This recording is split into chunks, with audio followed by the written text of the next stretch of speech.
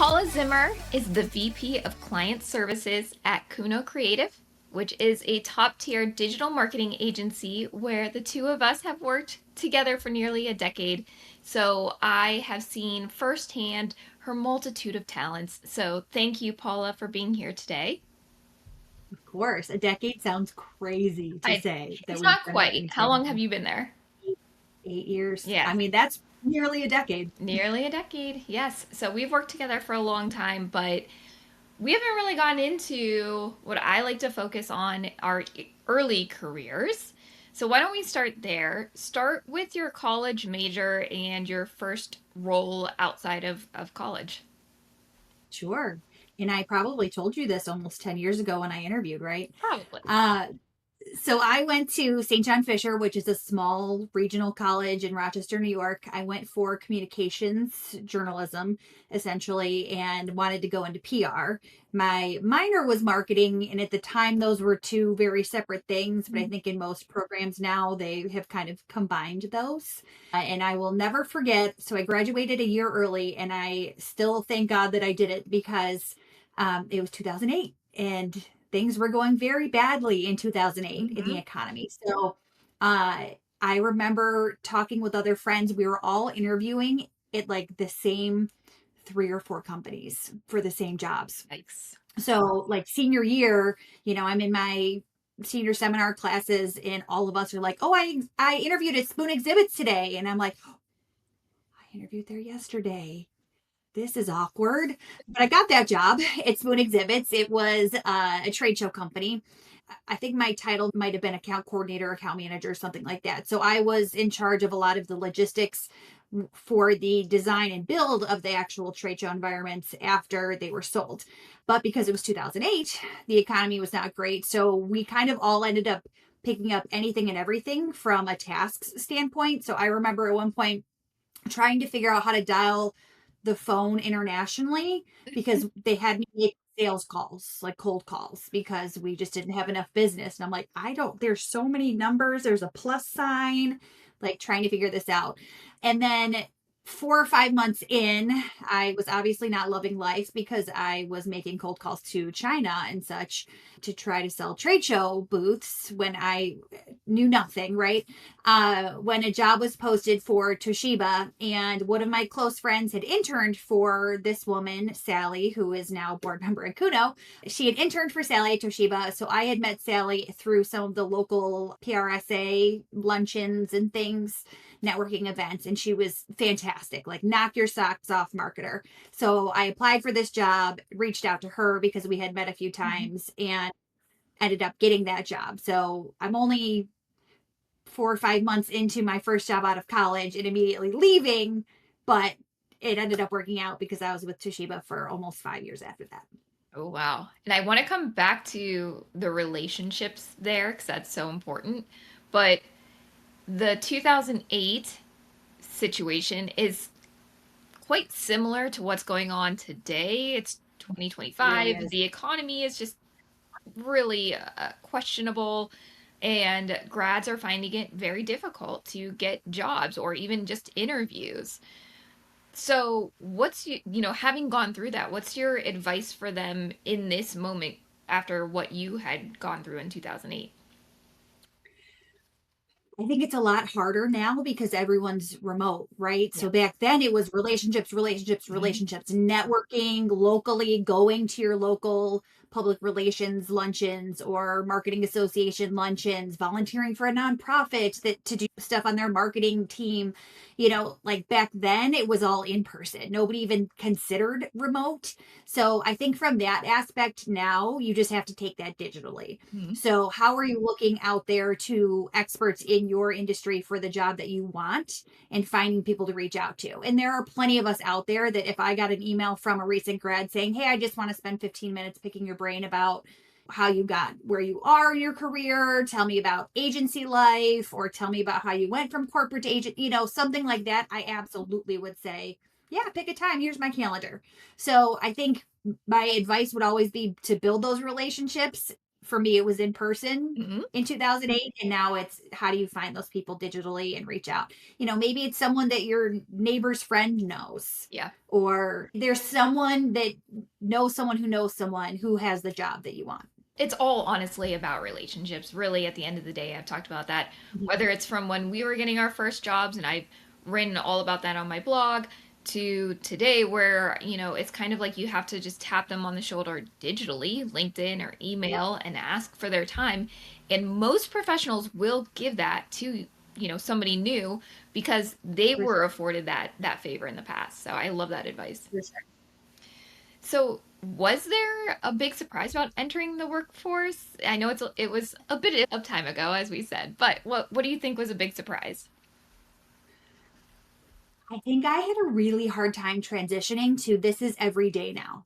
So like every day you need to get up and you get dressed and you leave the house and you pack your lunch and like from college where like some days you have classes, some days you don't, some days you have, a team building thing, and some days you have couch rot time where you sit around all day and like nope, you're gonna go every single day from. So I had to find other ways because I'm like an ants in your pants person to find something to look forward to because I liked my Mm. job. I'm the person that always needed that next big event. So whether it's planning vacations, getting a manicure, I don't know, something that like took me away that like made me go, oh yeah, that's on Thursday. I'm gonna go grab dinner with this girlfriend or something. The monotony of going every single day and having to do that every single day was a hard transition. But I think, you've got to work with what is good for your body, your personality to say, here's what's going to help me get used to this. Yeah, that is a big thing, and it's a lot of the young people that I talk to. That exact scenario. It's like I used to be able to do whatever I want on my own schedule. Now I have to get up early. I have to show up. I have to work hard every day. It's kind of exhausting, honestly. You're It getting is. home. If you go to the office or you commute, you might not be getting home early enough to cook your own meals, or you're just too tired. You start to get into a slump of now I just don't feel my best because I'm not exercising, I'm not eating my best. Right. All I'm doing is this work that I'm still trying to get used to. So I love that advice of giving yourself something to look forward to. I think that's super important. Mhm. Looking back, is there something that you wish somebody would have told you in your early career that you know now, though? Anything about money, like anything. Like, Yes. why didn't somebody teach you how to understand credit for credit cards or loans for buying a car or saving for retirement and how 401ks work and anything that would like help me set up. And I remember a girlfriend, a coworker in my, I would say like mid to late 20s saying like, Paula, I promise there's a point where you don't have to check your bank account before you go out to lunch. And I was like, God, it can't come soon enough because like why does it always feel like I'm out of money? Yep. Yep. Like it does come, but like you're not making that much in the beginning. You're probably also trying to figure out how to pay rent and car Mhm. payments, and there's that thing you're supposed to be saving for called retirement. And you're going out all the time with friends, whether you're paying for a gym membership, just all these things that all of a sudden are now very expensive. I wish someone had taught me more about how to handle money. Oh gosh, yeah. And I think, the more young people I talk to, some of them are getting this advice now. Parents are talking more openly about it. I think it's being touched on in school, which it was not for us. How, Absolutely not at all for me. yeah. However, I still feel like it's somewhat privileged information. So people that don't have a good support system, their parents maybe are not as familiar, they're from an immigrant family. This information is just not something that everybody has yet, which is such a shame. So, my question to you is how did you end up teaching yourself? I think I'm still learning. I think just getting into the situation where you're like, holy crap, I can't pay for gas and I need gas. And like now I'm maxing a credit card to get gas. It's just, I think finding the situation where you're like, oh my gosh, I have to do something different because I can't afford what I'm doing. Yeah. So it's, trial and error of like having to figure it out. But, you accept this salary and you get that first paycheck and you're like, woohoo. And then it's gone because I just paid rent and my car payment. Yep. So, it's how do you figure out that stuff for yourself? It's trial and error. Yeah. We've just talked about like a lot of things. So your career, your mental state, your physical state, your finances. There's so much pressure on somebody coming out of college into this kind of adulthood era.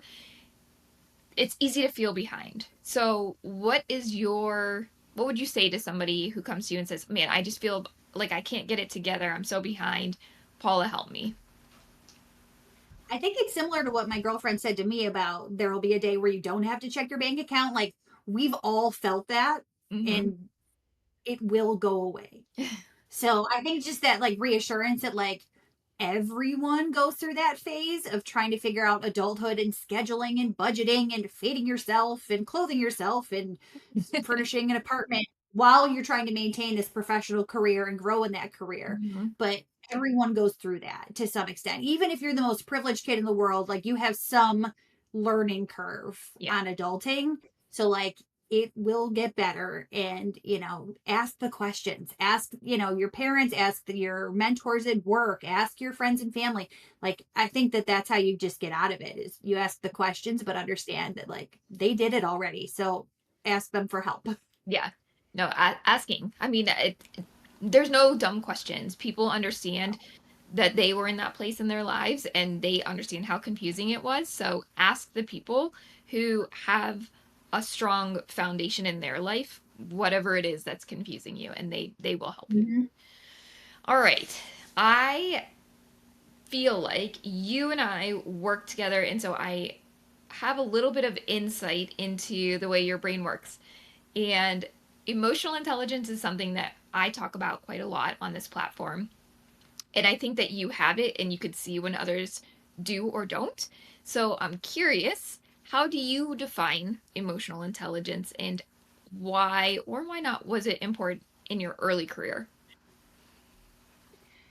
How do I define it? So I would say emotional intelligence is understanding my own emotions, what's causing them, and then being able to look at someone else and how they're reacting to a situation and understand what's causing their emotions. Because in a lot of cases, especially if you're getting a negative reaction from someone, that's coming from somewhere.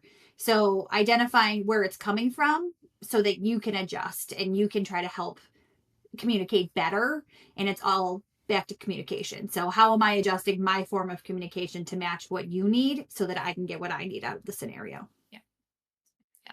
And do you think that it was helpful in your early career?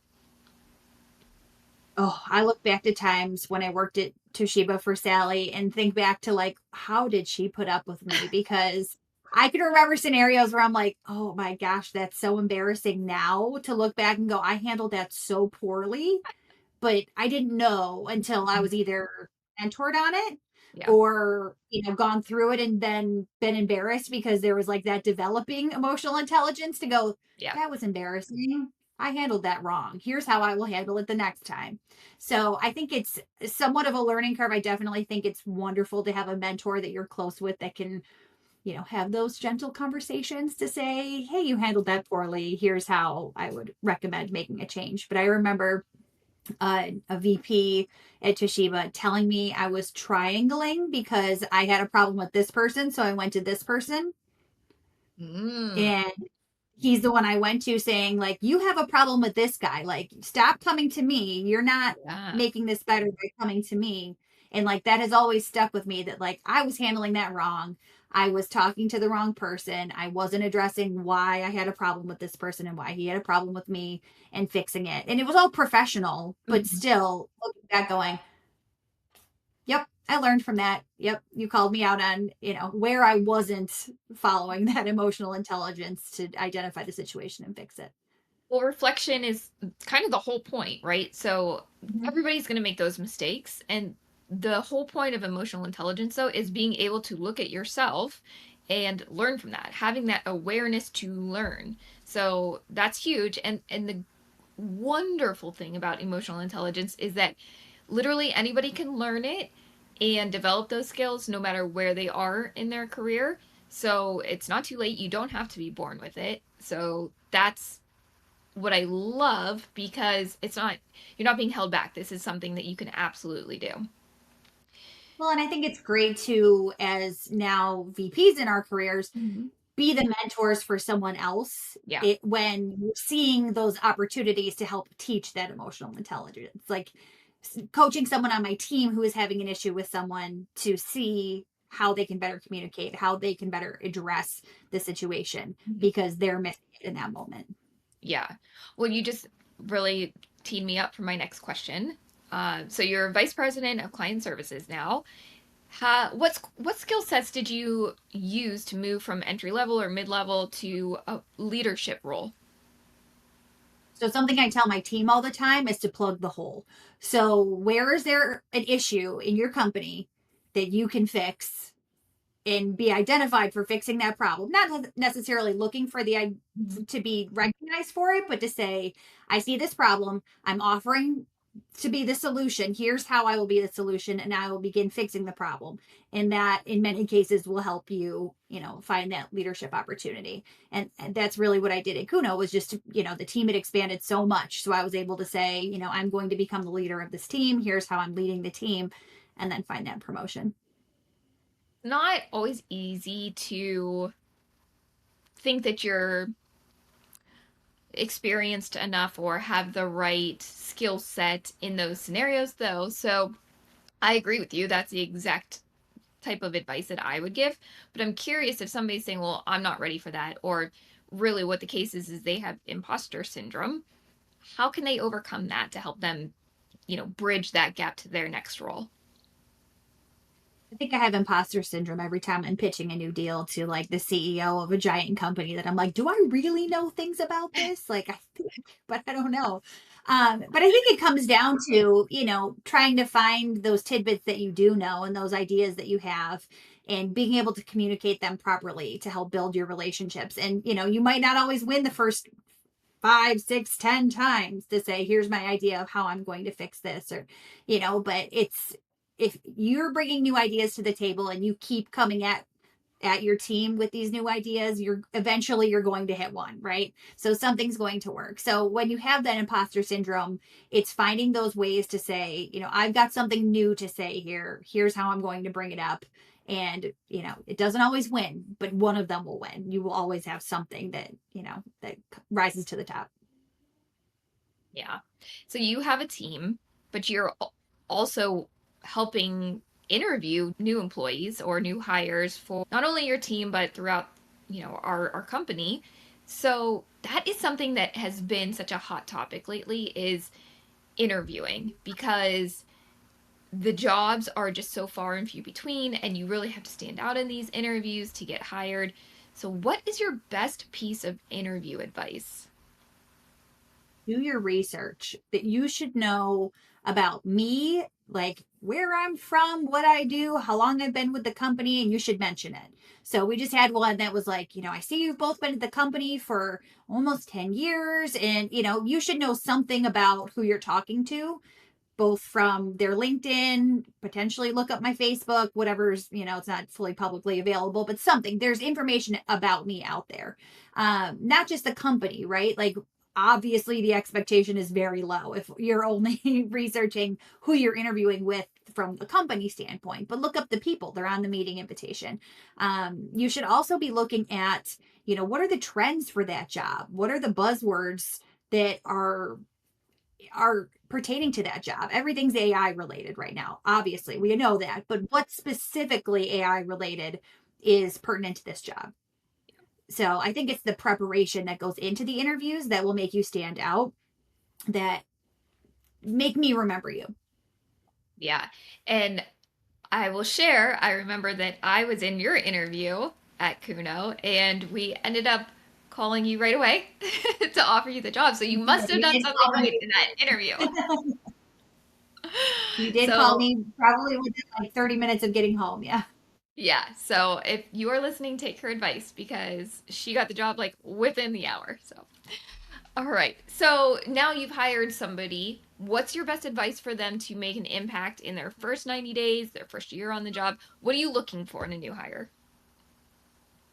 I think come in with the energy to not just learn all the things, because that's again a given. Like, you, why would you take the job if you didn't want to learn all the things? But also be ready to make some suggestions, because we want to hear what you could do to improve this, or how you've done this in the past that made a big change or had great success for the company you were working for. If you were working on the client and agency relationship like we are, what how did you pitch to your clients? What new ideas did you bring to the table for them, whether it's tactical or strategic? We want to hear those ideas right out of the gates for the clients that you're working with. So I think whether it's that agency side or, any other role, how are you coming to the table to say, I'm going to learn all the things and I'm going to do my best to learn it, but also I want to see how I can improve this.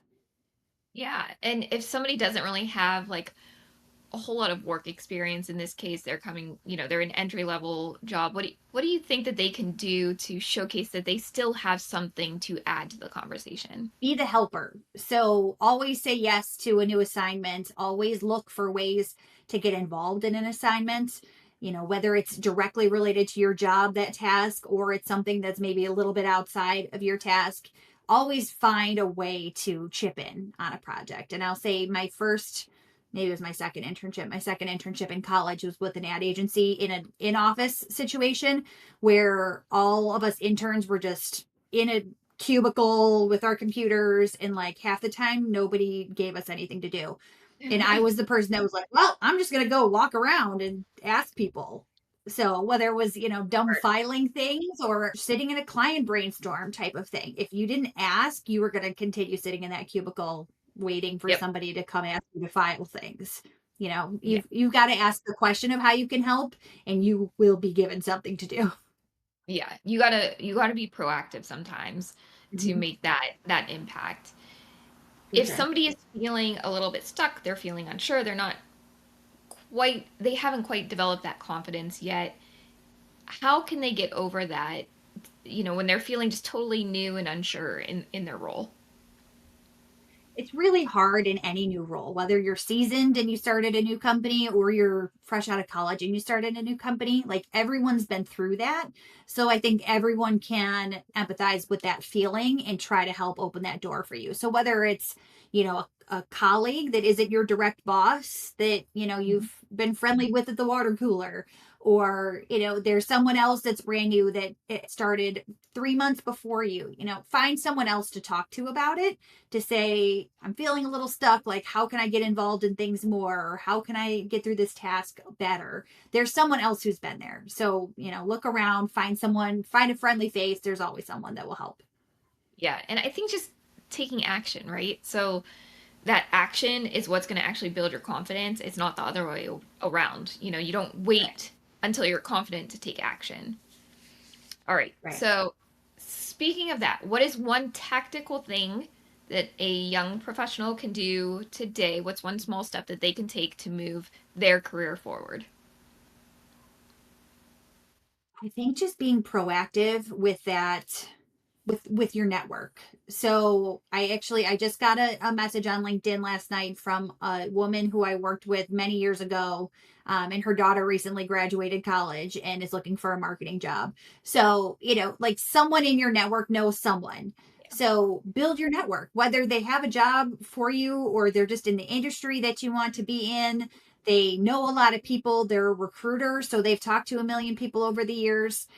Build your network, because there are people who will take you to lunch, grab coffee with you to just give you some Mhm. feedback, who will run mock interviews with you. There are people in your network that your parents know, your friends know, someone that has a connection to someone who can help you, even if it's just that confidence building, having conversations to get you ready for that next stage.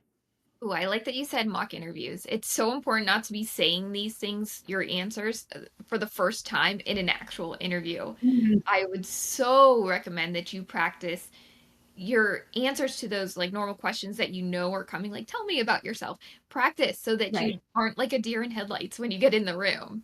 So that I'm so glad that you said that. We just did an interview not that long ago in Kuno where the tell me about your current job and why you're looking, what brings you to us.